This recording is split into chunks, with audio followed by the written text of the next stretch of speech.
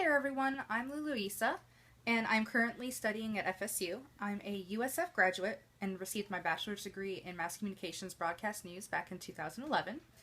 I am currently in FSU's International Affairs Master's program. I'm half American, half Palestinian, and was born and raised in Kuwait for 13 years. I'm interested in becoming a diplomat and working as a foreign service officer once I graduate.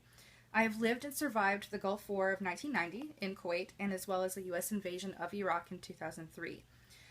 Kuwait did call a state of emergency and evacuated its citizens during both occasions, thus learning about effects of disaster emergency management is quite interesting to me. However, I wanted to learn about disaster management in Belize as I had actually taken a trip back there back in 2014 and learned some very interesting facts. I understood that it is a developing country and is quite vulnerable to natural disasters, and as such thought it would be a great way to learn and hopefully teach this information. Good. All right. Hey there, everyone. I'm Louisa, and I'm currently studying at FSU. I'm a USF graduate and received my bachelor's degree in Mass Communications Broadcast News back in 2011. I am currently in FSU's International Affairs Master's program.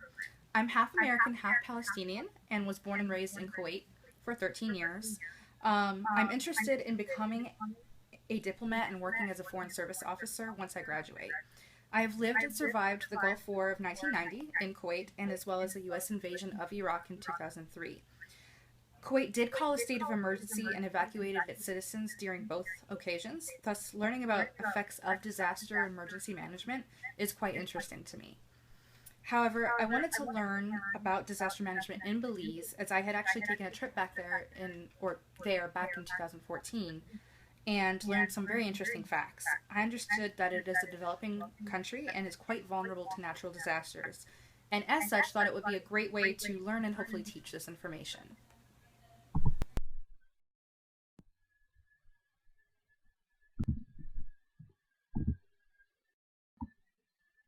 Belize was formerly known as the British Honduras until 1973, and then gained its independence from the UK on September 21, 1981. It's bordered by Mexico, Guatemala, and the Caribbean Sea. The northern part of the country is flat, with a number of rivers that are prone to ponding and backwater effects. The southeastern region of the Maya Mountain range is also drained by a number of rivers and is prone to flash flooding. Its estimated population is 273,700 people, and approximately 50% of the population are living in urban centers, and the rest of the population are non-urban areas. Many people in the non-urban areas live in villages that are near rivers and streams, and roughly 30% of the total population lives on the coast.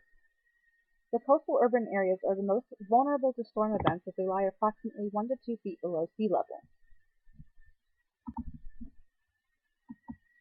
Since 1931, there have been 12 hurricanes, 2 tropical storms, 3 floods, and 1 cold wave. Belize is most vulnerable to hurricanes and flooding. Other hazards that it has the potential to be vulnerable to are fires and secondary impacts from earthquakes and volcanic eruptions.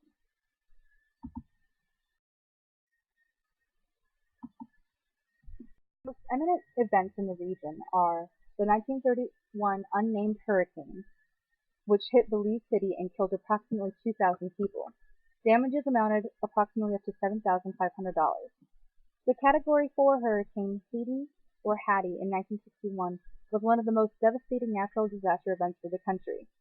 It killed more than 400 people and affected thousands. It caused the greatest financial cost of approximately $413 million. Hurricane Mitch in 1998 turned away from Belize at the last minute, but it did end up affecting the population through flooding and crop damage. It was the rude awakening that the country needed in order to recognize the fact that it needed to do more than just prepare and respond to disasters. It needed a comprehensive organization which could help not only those in those affairs but also in mitigation as well. Hurricane Keith in 2000 affected approximately 63,000 people, and damage to property, agriculture, and tourism was estimated at $225 million. Hurricane Iris in 2001 affected 20,000 people and killed 31 of them, leaving infrastructure damages costing up to $8 million. Tropical Storm Chantal in 2005 was estimated at $4 million worth of damage from wind and flooding. Hurricane Dean in 2007 had left no deaths, but 2,000 people ended up homeless and it caused extensive damage worth of $100 million. Disaster management participants include the participation and cooperation between the government of Belize, IGOs, NGOs, community-based organizations, and private organizations.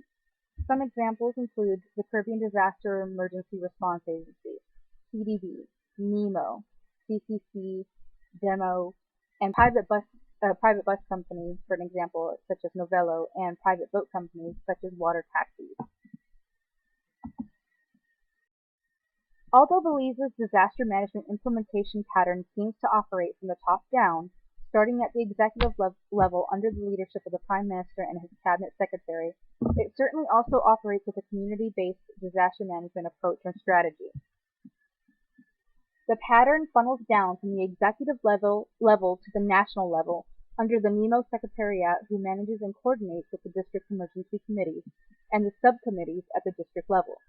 As part of the community-based approach, private businesses in the community also have contracts with the government of Belize to help in the face of an emergency. For instance, private owners may assist in marine transportation by using the boats to help evacuate parts of the region.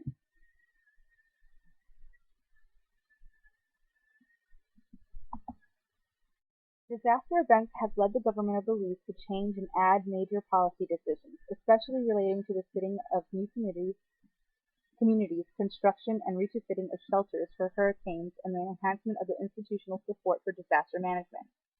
For example, after Hurricane Hattie in 1961, the government of Belize relocated the capital inland, and as such, Belmopan and other inland settlements were built. The Disaster Preparedness and Response Act was enacted as the primary legislation governing disaster management in Belize. It established the NEMO as a department of government and assigns responsibilities to mitigate, prepare, and recover from disasters.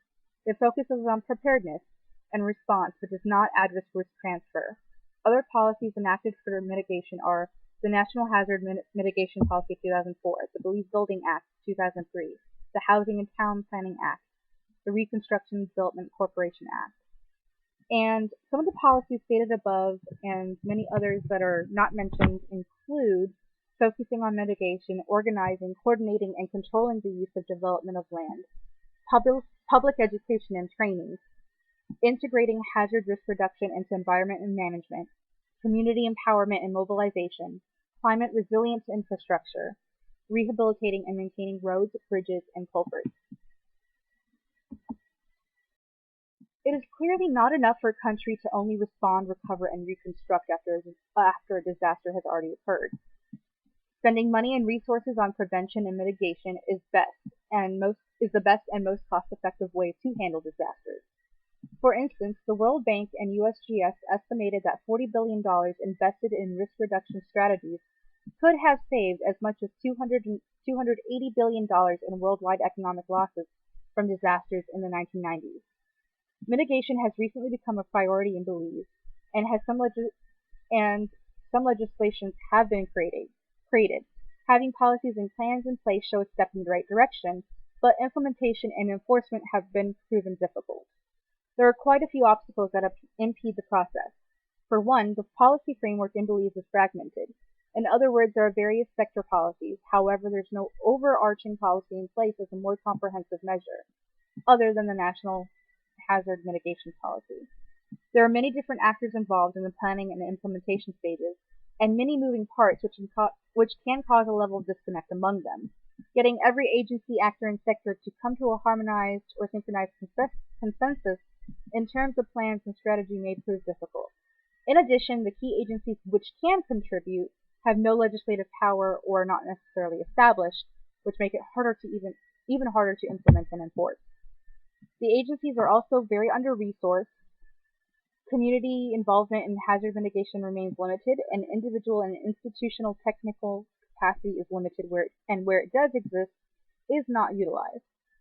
Other challenges include the aversion to the risk of adopting new technologies and their potential costs, the lack of public and political support for implementation measures, lack of educational materials for public awareness, education and training, the need for trained and skilled personnel, and limited funding for training, particularly for personnel within government departments.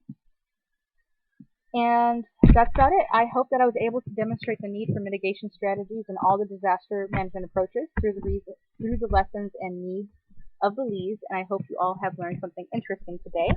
Thank you for watching, and I look forward to your participation and comments. Have a great rest of the week.